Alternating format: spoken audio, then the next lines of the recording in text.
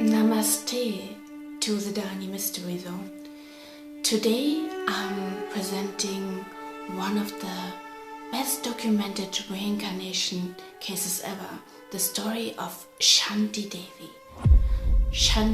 And by the way, many of you might not know that I once had a full training in reincarnation therapy. Shanti Devi was born on December 11 in 1926 in New Delhi, India.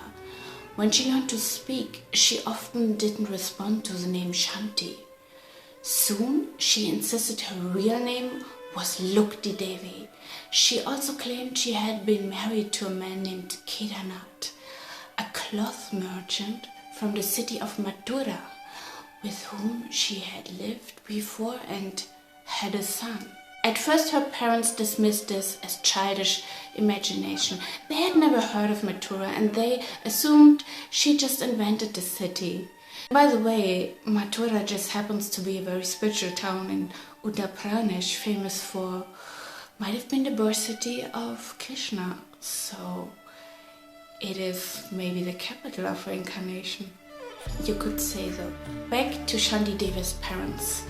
They still couldn't explain how she would know the name Kedarnath.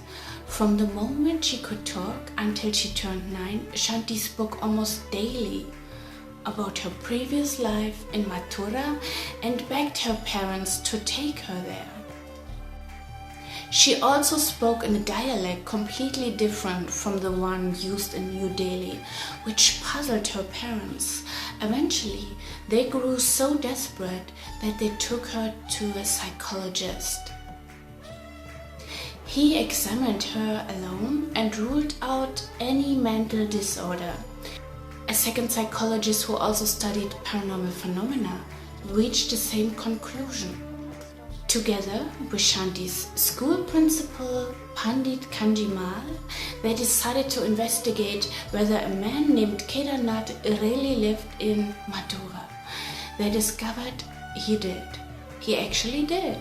So, according to official records, he had become a widower on October the 4th, about a year before Shanti's birth. His wife, Lugdi Devi, had died of childbirth fever just 10 days after giving birth to their son. This would actually make sense because souls would need 1 year to find a new place. At least this is what I learned. Shanti could describe Kedarnath in detail, including his moustache and a scar on his right arm. So, to test the case further, Kedarnath was invited to New Delhi along with his son. On November 12, 1935, he arrived with his 10-year-old son, Navnita Lal, sometimes called Navnev. First, a test was arranged. Kedar stood among 15 other men. When 9-year-old Shanti was brought in, she immediately ran to him and embraced him tightly. Kedar himself was deeply moved, saying he recognized his late wife Lugdi in the way Shanti spoke.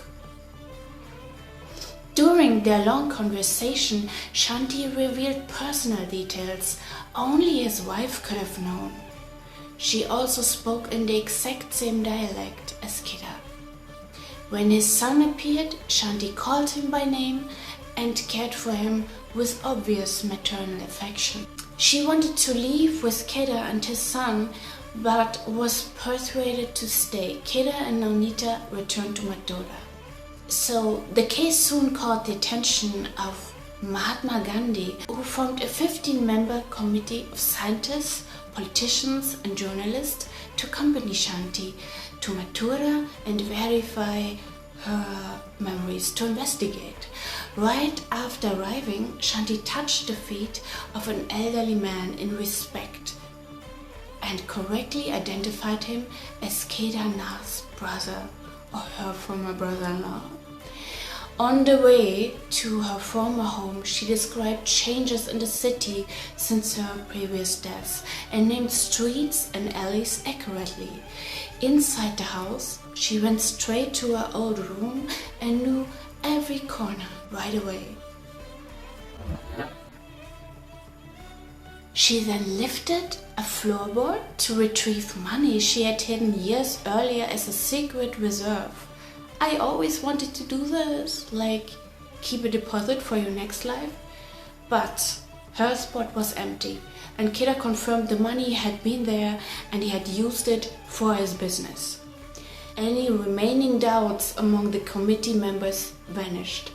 Everything pointed to Shanti being the reincarnation of Lugdi Devi. At the end of her visit, she met Lugdi's parents and showed them such deep affection that it was hard to separate them.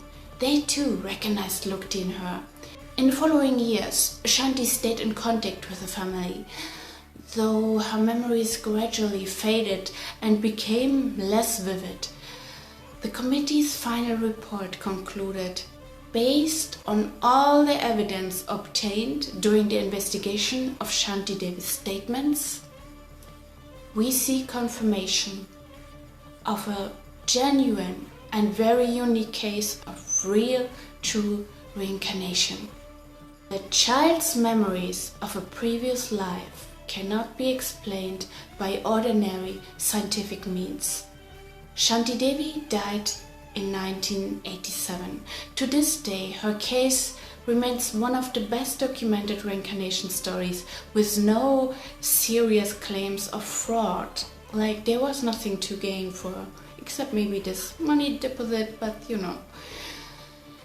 But was it truly reincarnation? Could Shanti have acted as a medium for the deceased Lugdi maybe? Some people think so. I personally don't think so, because if you're this kind of a skilled medium, why would you just only be used by one spirit? It seems to be extremely rare. But what do you think? Anyway, this was my video on the very intriguing reincarnation case of Shanti Devi. I hope you enjoyed it, and don't forget to hit that naughty notification bell. And I see you next time in the Dani Mystery Zone. और यहाँ जल